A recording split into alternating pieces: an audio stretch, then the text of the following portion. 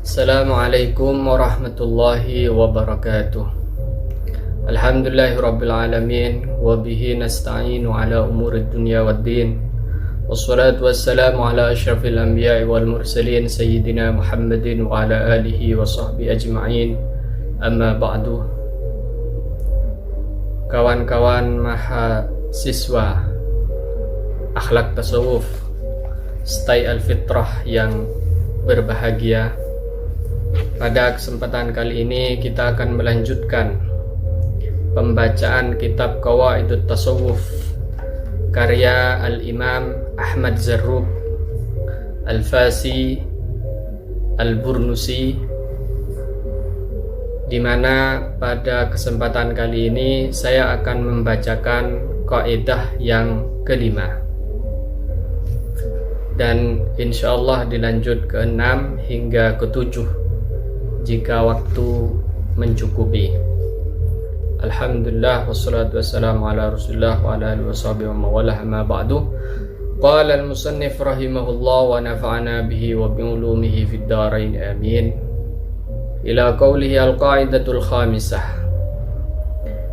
Kaidah yang nomor 5, isnadus syai'i li aslihi, menyandarkan sesuatu pada asalnya, wal qiyamu fihi bidalilihil khas bihi, dan menghadirkan dalam sesuatu tersebut dalil yang khusus buatnya, itu berfungsi yadfa'u qaulal munkiri bihaqiqatihi, bisa menolak, mencegah pendapat qaulal munkiri, bisa menolak pendapat orang yang mengingkari hakikat sesuatu tersebut. Jadi menyandarkan sesuatu pada aslinya dan menghadirkan dalil yang cocok, yang khusus, itu bisa mencegah dan menolak orang-orang yang mengingkari sesuatu tersebut. Li'anna zuhural haqqi fil haqiqati yamna'u min thubuti mu'aradatiha, karena kemunculan sesuatu yang benar, jadi kebenaran saat muncul itu bisa mencegah orang yang mencoba menolaknya atau melawannya. Jadi kebenaran itu sebenarnya tidak bisa dilawan. Idza ja'al haqqu zahaqal batil. Tapi syaratnya yaitu harus disandarkan kepada asalnya, ditemukan asalnya dari mana, dan dihadirkan dalilnya. Fa aslut tasawufi maqamul ihsani. Kita lihat asalnya tasawuf, asal usul tasawuf itu adalah maqamul ihsan, maqam ihsan alladzi fassarahu Rasulullah sallallahu alaihi wasallam, yang telah ditafsirkan oleh Rasulullah sallallahu alaihi wasallam dalam sebuah hadis Jibril. Mahwal ihsan, jadi Nabi pernah didatangi seseorang yang tidak dikenal, terutama yang tidak dikenal oleh sahabatnya. Kalau Nabi sudah pasti tahu. Fa asnada rukbatayhi ila rukbatayhi, dia menyandarkan dengkulnya ke dengkul Nabi. Kemudian orang tidak dikenal oleh sahabat tersebut bertanya, mahwal iman, mahwal islam, apa itu iman, apa itu Islam. Termasuk yang ditanya oleh orang tidak dikenal tersebut, mahwal ihsan, apa itu ihsan. Setiap bertanya oleh Nabi dilempar balik, mal mas'ulu anha bi'a'lama minas sa'il, kata Nabi. Yang ditanya tidaklah lebih tahu dari si penanya. Kemudian dijawab sendiri, Islam begini, antasyhadu an la ilaha illallah, iman an tu'mina billah wa malaikatihi, begitu. Sesuai seperti rukun yang kita ketahui, rukun Islam 5, rukun iman 6. Nah, ihsan ini dijawab oleh orang tidak dikenal tersebut, anta'budallaha ka'annaka tarahu fa illam takun tarahu fa innahu yara. Hendaknya engkau menyembah Allah seakan-akan engkau melihatnya, fa illam takun tarahu fa innahu yara. Jika kamu tidak melihatnya, maka sungguhnya Allah melihat dirimu. Ini makom ihsan. Nah, asal tasawuf, dasar tasawuf itu adalah ihsan seperti hadis Jibril tersebut. Jadi di dalam bangunan Islam itu ada iman, ada Islam, dan ada ihsan. Kenapa kata Imam Zarruq kok ini menjadi asal? Bukan hanya Imam Zarruq ya, semua ulama menyepakati bahwa ihsan itu adalah tasawuf.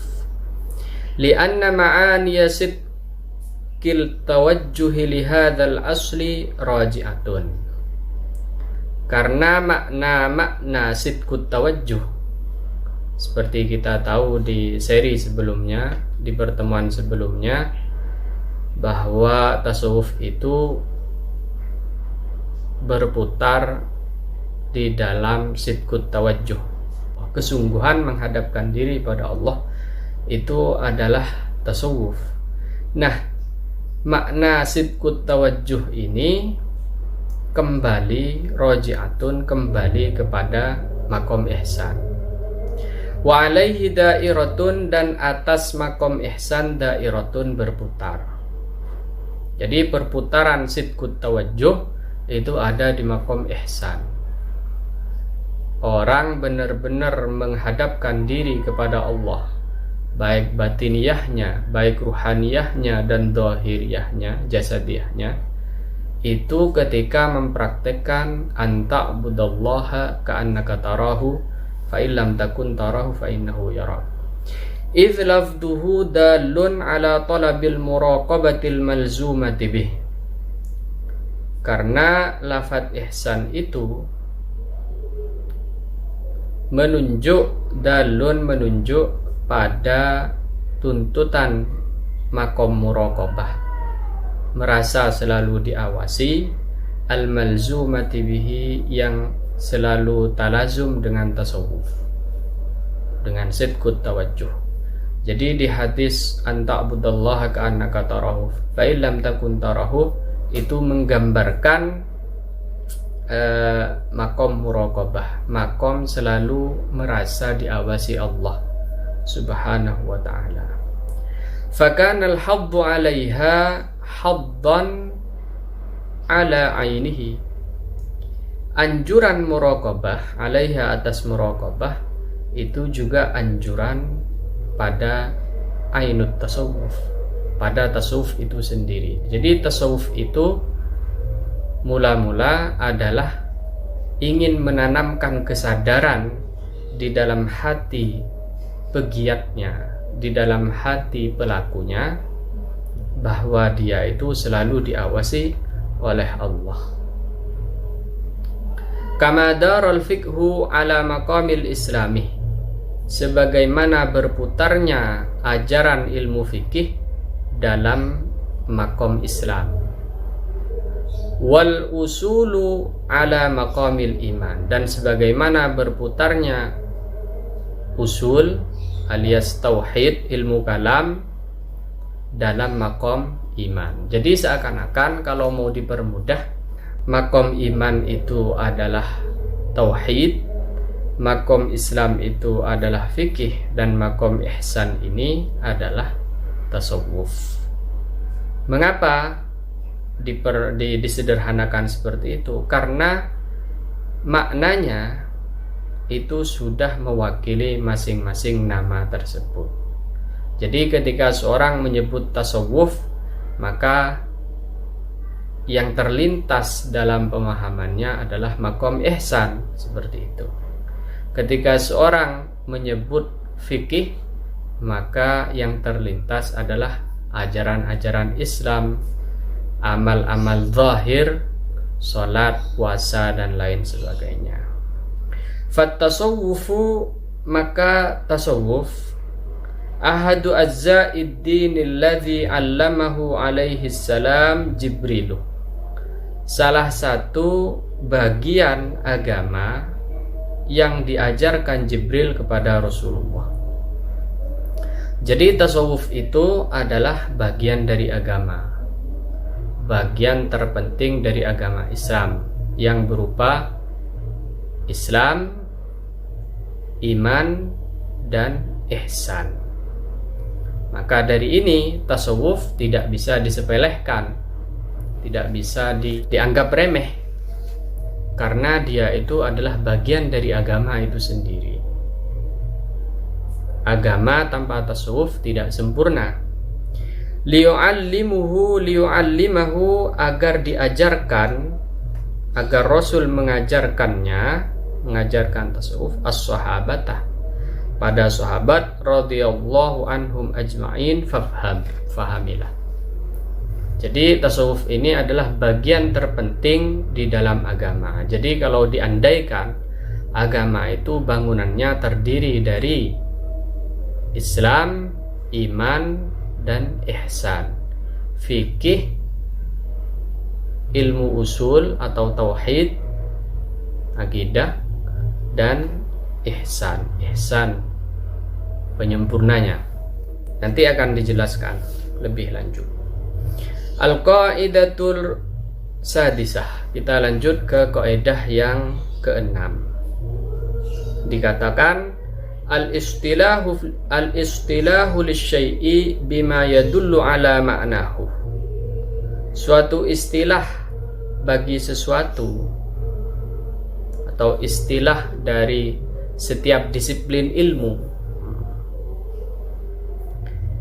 Istilah ini menjadi penting dalam semua disiplin ilmu, karena dengan istilah itu sebuah ilmu bisa dipahami secara konkret, bisa dipahami secara komprehensif menyeluruh.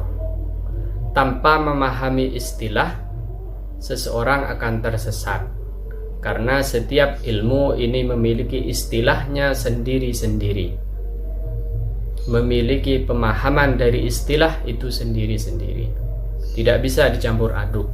Istilah di dalam fikih tidak bisa dipakai di dalam tasawuf. Tasawuf, istilah mustalahat sufi, ya istilah-istilah tasawuf kadang tidak sesuai dengan ilmu kalam, dan begitu seterusnya. Jadi memahami istilah ini menjadi sangat penting. Bahkan semua lini kehidupan sepertinya memakai istilah-istilah. Contoh, petani punya istilah sendiri-sendiri yang hanya dipahami di kalangan petani. Kalau tidak belajar tidak akan tahu. Kedokteran punya istilah medis sendiri. Kemudian tukang bengkel atau ahli elektro punya istilah-istilah sendiri. Nah, fungsi dari istilah itu apa? Di sini fungsinya adalah untuk tidak memberi ruang bagi pengingkarnya. Jadi ini kalau kalian lihat di kitabnya itu al-istilahu lisyai' la wajha liingkarihi, itu khabarnya. Jadi khabarnya ada di belakang. Jadi jumlah mu'taridahnya ini sangat panjang. Al-istilahu lisyai' mubtada, ya. Kemudian itu jumlah mu'taridah.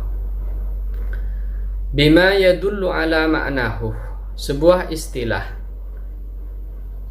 dengan sesuatu yang menunjuk pada maknanya. Wa yush'iru bihaqiqatihi, dan mengindikasikan hakikatnya. Wa yunasibu mawdu'ahu, dan sesuai dengan tema-tema atau pembahasan-pembahasan sesuatu tersebut. Wa yu'ayyinu madlulahu min ghairi labsin, dan menentukan madlul, apa yang ditunjuk, min ghairi labsin, dengan tanpa kesamaran,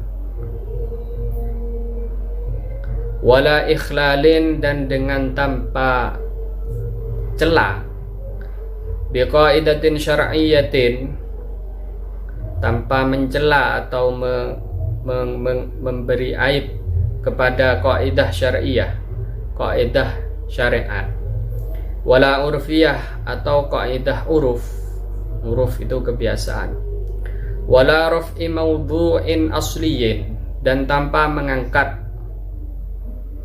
topik yang asli, wala urfi, ataupun uruf, topik uruf, tema-tema uruf, wala mu'aradati far'in hukmiyin, dan tanpa melawan pada cabang yang bersifat hukmi, wala munaqadati wajhin hukmi, dan tidak melawan satu aspek hukum, ma'i'rabi lafdihi, disertai lafadznya yang sesuai dengan i'rab, wa tahqiqi dhabtihi, dan sudah ditahqiq, diteliti,